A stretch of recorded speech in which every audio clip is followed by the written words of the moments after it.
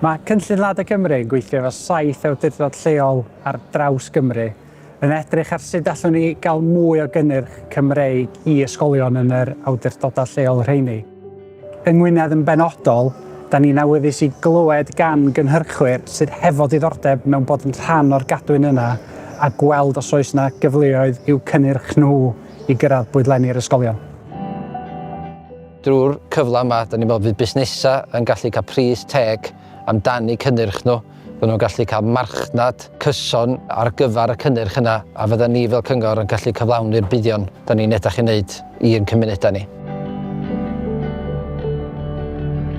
I'm Alan Evans, owner of Anglesey Potato Company.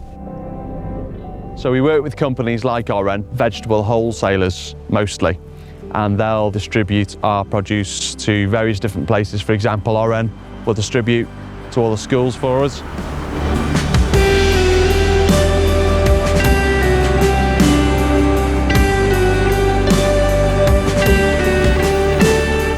Mae Oren yn gwmni sydd wedi bod yn mynd wan ers tua 4 blynedd.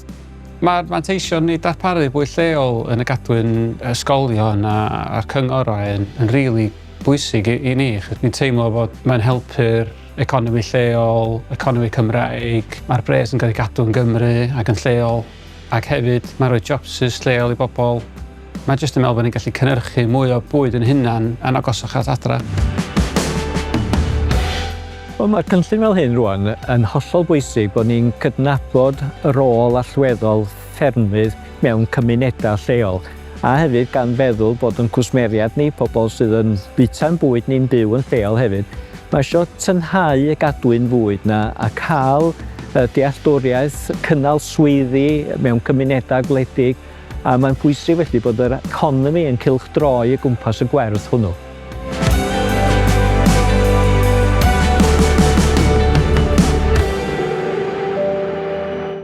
Mae'n adre bwysig i plant sy'n dysgu am y cadwyn fwyd lleol. Mae hwnna'n rili cawn i ddysgu mwy ac i ddeall lle mae bwyd nhw'n dod o de.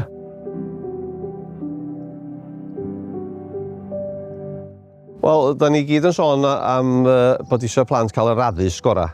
Yna pan bod yn bwysig bod nhw'n cael dod allan ar ffarm, dyn nhw'n cael gweld yn union beth sy'n digwydd ac yn union o lle mae bwyd nhw'n dod. Yn ysgol y gallu, da ni yn meddwl bod hi'n bwysig bysa bwyd lleol iach oherwydd bod ni'n rhoi pres i fusnesau lleol a ffarmydd lleol. A dwi hefyd yn meddwl bod yn dda oherwydd bod ni'n cael y ffrwythau llysiau. A nawn ni gadw'n iach drwy fitad bwydydd.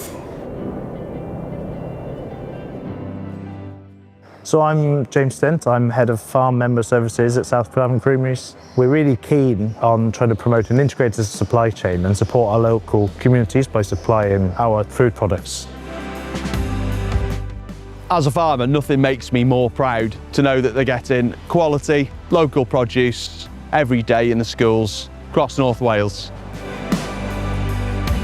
Wel, beth ni'n edrych i fusnesau wneud ydy i gysylltu efo ni drwy'r e-bost i caffael@gwynedd.lliw.cymru.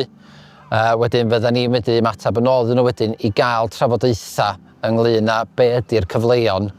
Plis newch chi gysylltu, ydyn ni'n agorad iawn i weld be ydy'r cyfleon yna.